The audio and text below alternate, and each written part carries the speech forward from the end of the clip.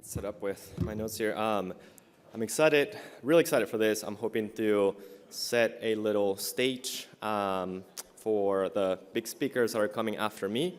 I spoke yesterday a little bit more about what I do. I'm a composting consultant. I spent my time working, I think, 5 years with composting operations themselves, and now I work helping design commercial facilities, all over the country.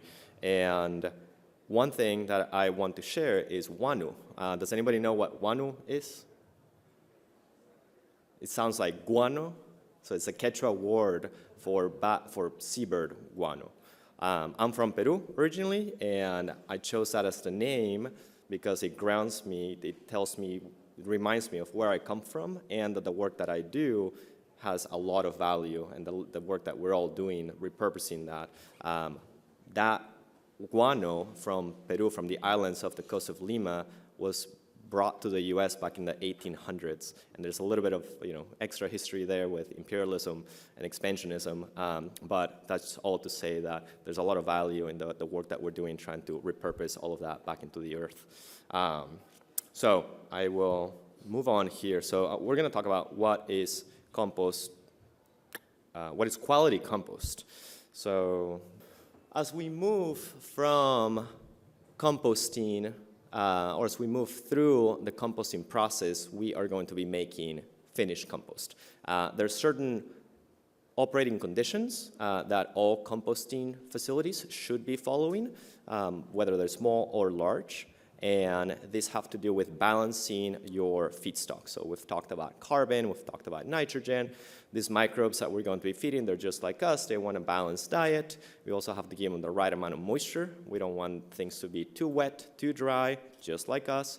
They also like a lot of oxygen. They're aerobes. They're just like us again. Like they need oxygen to begin to decompose the material and eventually create those humic substances that are going to be able to store the carbon in soil for a very long time, and additionally provide more food to the soil microbes to then in turn create food for the plants that we're feeding. The image there is showing a simple field bulk density test using a 5-gallon bucket with a hand scale. Way better than using a lab because you're actually taking more material and you're testing that out. You can also use a bucket loader to do that. In the lab, they're grabbing a very small sample of that to give you a bulk density. Through my work in engineering and compliance, I've looked at a ton of data, and one time we were running a ton of samples through the lab, and the lab just called me and said, hey, you should just do your own bulk density. Like, don't pay for this. Like, you're doing way too much, and it's going to be more accurate if you do it over there at your own site. The fourth operating condition is temperature. So we've mentioned temperature in composting. Whether it's small scale or large scale, we're wanting to hit thermophilic temperatures. So there's this range that we want to hit over a certain period of time to be able to decrease pathogens, kill weed seeds, and stabilize the product so that it's helpful for plant growth and also safe for humans. So moving from the operating conditions and adding some value. So this is a table that was recently released through the new ASTM standard test method for field disintegration of compostables at composting facilities. So, Rhodes, and I'm sure a few people here worked on this for, I think, 3 years. It was just released. There's 2 of them, 8618, which is it's for the dose method, and then the method 8619, which is the mesh back method. A lot of numbers on that one, so I simplified it a little bit. I just want to bring your attention to the column on the left. Those are the parameters. The next column is the beginning of what those values should be, and then the one on the right is what the end of those values should be. There's a couple of them that are going to be, there's a certain value that should be, or a certain range that should be kept throughout the composting process, like temperature and oxygen. Let me go back. And what I'm going to highlight is the temperature. So throughout the process, we want to be in that thermophilic temperature. To meet that ASTM test method, you have to actively compost the material for about 30 days and then cure it. oxygen, we want to be above 5% oxygen. The oxygen in the air is about 21%. The microbes, once that oxygen gets below 5%, things begin to turn anaerobic, and we begin to create methane and other off-gases that we don't really want. And the last number that I'll mention is stability, which is on the bottom. And I'm not going to get into the units of that, but essentially this material and the results that I'm going to show to you is of finished compost, so it should be stable.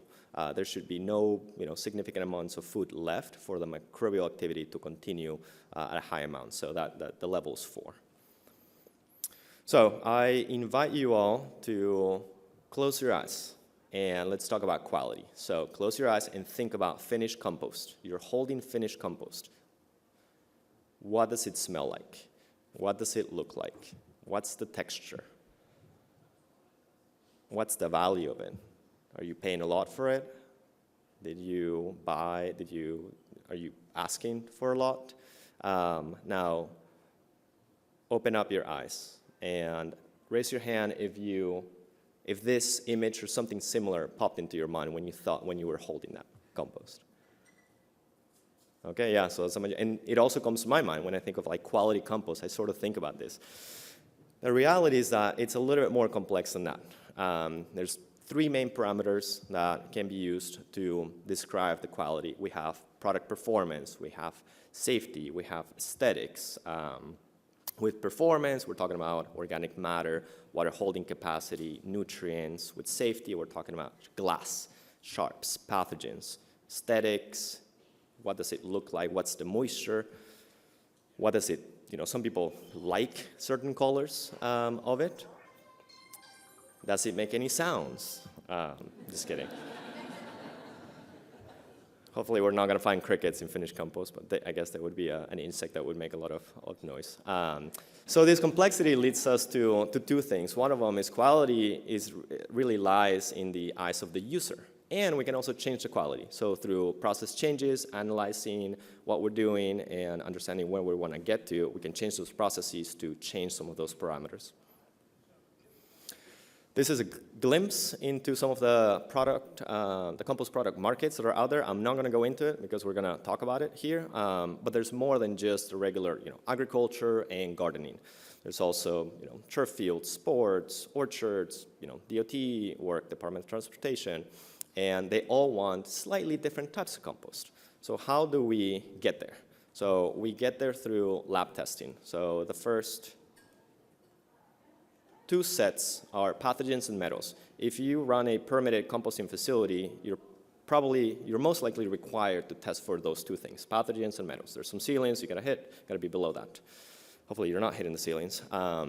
And next, there's some inerts that those regulations may only be in certain places like California. Next, you have additional parameters that are typically not tested for, some compost facilities do. The USCC, the U.S. Composting Council Seal of Testing Assurance Program, helps to create a full range on horticultural parameters that composters can show potential users so that user understands how to best utilize that compost.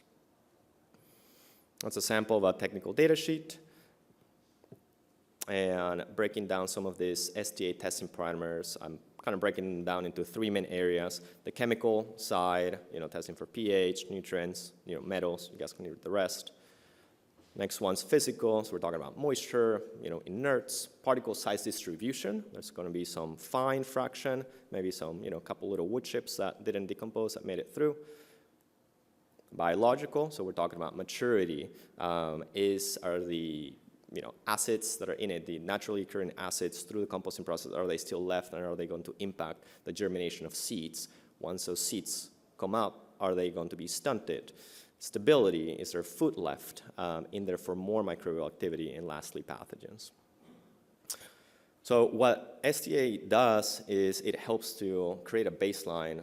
It has helped to define what compost is, and we're going to be paraphrasing here, and luckily I don't have the definition up there, so you'll be reading the big paragraph, but essentially, compost is going to be the end product of a controlled biological process that is aerobic, that has met mesophilic and thermophilic temperatures for a certain period of time, so that the weed seeds have been killed and the pathogens have been reduced to a point that the product is stable and is really beneficial for plant growth and it's safe for humans.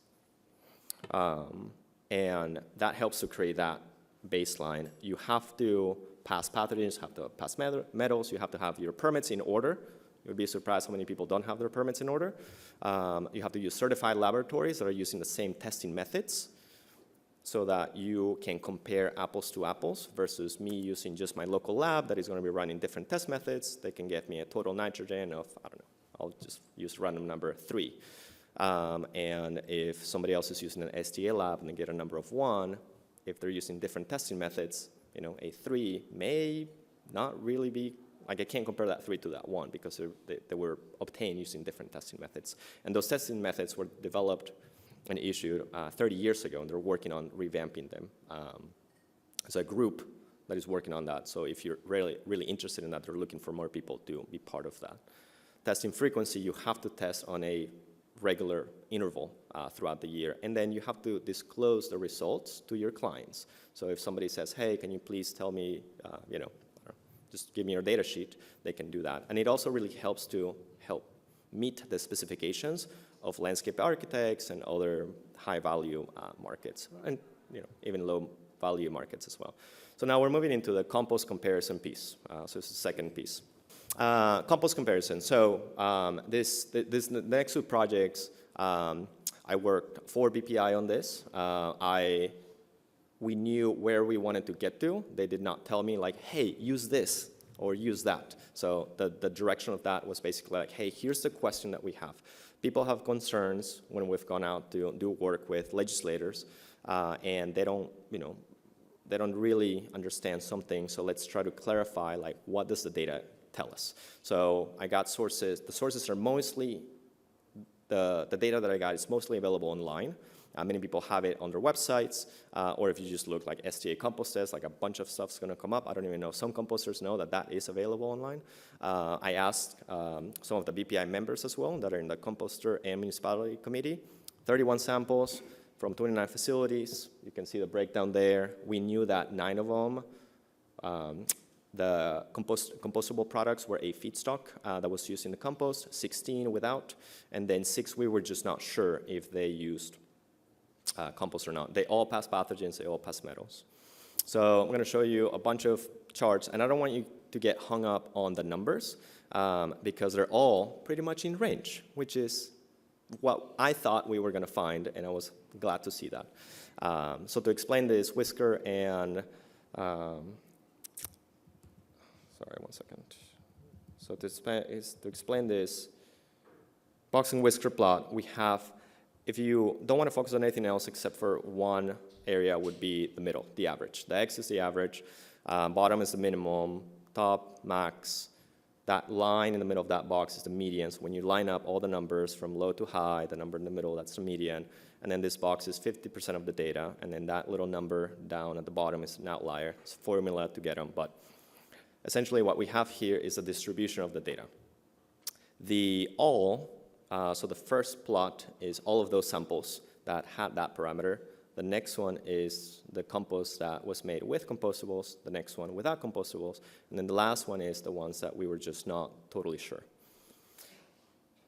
So let me go back. So what you can see here is, so I'll break the news. The conclusion, I'll give it to you right now, is essentially that based on the data that we have, you know, acknowledging that the sample size is relatively small, there's a little bit of skewness happening. There are no noticeable differences between the compost with and without compostables, and it's all pretty, they overlap a lot. There's a strong overlap in the graphs that we see. It would be great to do some statistical testing later on, have a larger sample, but for what we had time to do, you know, this gives me a lot of, just confidence that essentially you can make similar compost with various feedstocks. I'll also say that the composting handbook, which is kind of like the compost Bible, has a section on compost quality, and I went in there after I got these numbers to understand what those at least the average and the median was for different types of compost, and they were all pretty much in line. So that was good news. So I'm going to show you a few charts here. Again, they're all pretty much in the same order of magnitude. There's a strong overlap. I'm not going to mention each and one of them, but here we have the NPK, and again, as we're looking at the orange bar, that's the compost made with compostable. It's in line with the ones without, as well as the all of the samples combined. Next, we have calcium and magnesium. Same thing, all within the same order of magnitude, strong overlap. Moisture, all within the same range. Conductivity, which is salts, again, within the same range. C2N ratio, something important with C2N ratio is when we start composting, we ideally want to be in the 20:1 to 40:1 C2N ratio. And as we compost, that CO2 is going to stabilize, or it's going to leave as CO2, and that finished C2N ratio is going to be lower than what we started.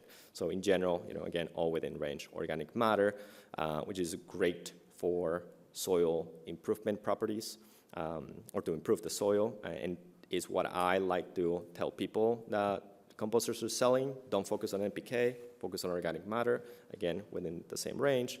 CO2 evolution, that's stability, and notice that number 4 that I mentioned probably 5 minutes ago. All of this is finished compost, and it's all within that range.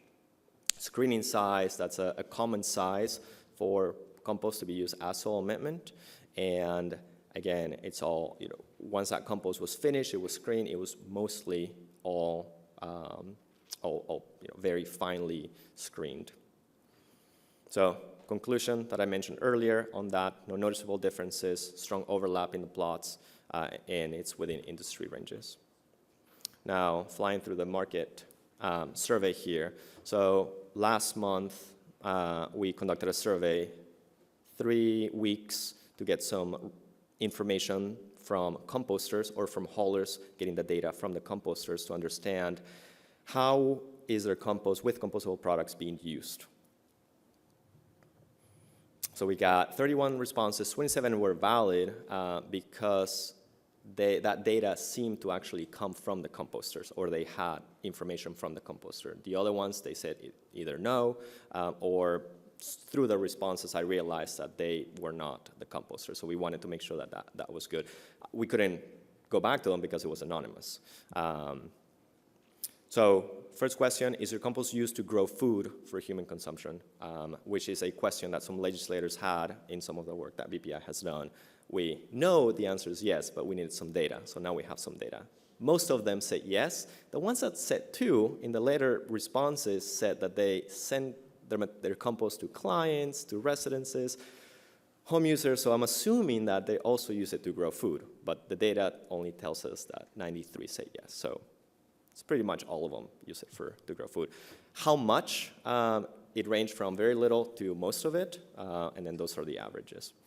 Main compost markets by volume. So most of them are going to home users and ag for human use, and then you can see the rest right here, some other uses. Markets that pay the most, residential pays the most. Most of them are selling in bulk. Also ag, and then landscaping. There's also the other ones. And I'm going to wrap up here, I think, in 2 slides. These are the regions. The formatting didn't come through, and that's okay. I think you can still read it. So generally good distribution or good responses throughout the country, even though we only had about 27 valid responses. So it would be great to get more information from composters. And to wrap everything up, so what is quality compost? It can be made of different feedstocks. It should be following a consistent process, and it should be tested using an industry-approved testing protocol, has passed certain baseline standards so you can compare it with other composts, and it has to be made for the right market. So with that, I'm going to pass it to Leo from Zero Footprint.